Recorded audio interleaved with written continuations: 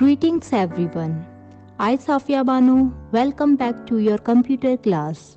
Today we will move forward with the topic how to select cells, rows, column and table. So let's start.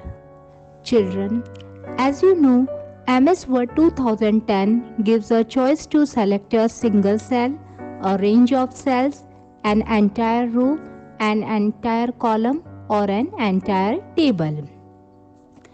Here you can see this is a table which I drawn for you. Now in this table I want to select a single cell. You know very well the intersection of row and column is called a cell. So to select a single cell, we move the mouse pointer towards the left border of the cell. The pointer will become a black right pointing arrow like this way. Now click to select the cell. A selected cell is shown like this way. Next, to select a range of cells.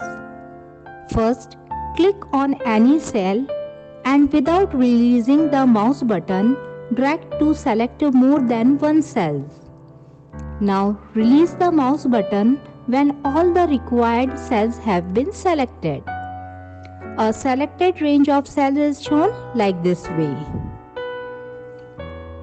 To select an entire row, move the mouse pointer outside the left corner of the first cell in the row. The pointer will become a white right pointing arrow. Click to the select entire row and a selected row is shown like this way. If you want to select an entire column, move the mouse pointer outside the top corner of the first cell in the column. The pointer will become a black down pointing arrow like this way. Click to select the entire column and you can see your column will be selected.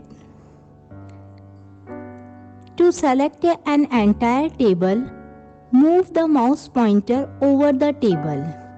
A small box will appear on the top left corner of the table like this way. Now click on the box to select the entire table. A selected table is shown like this way. That's all for the day. Thank you.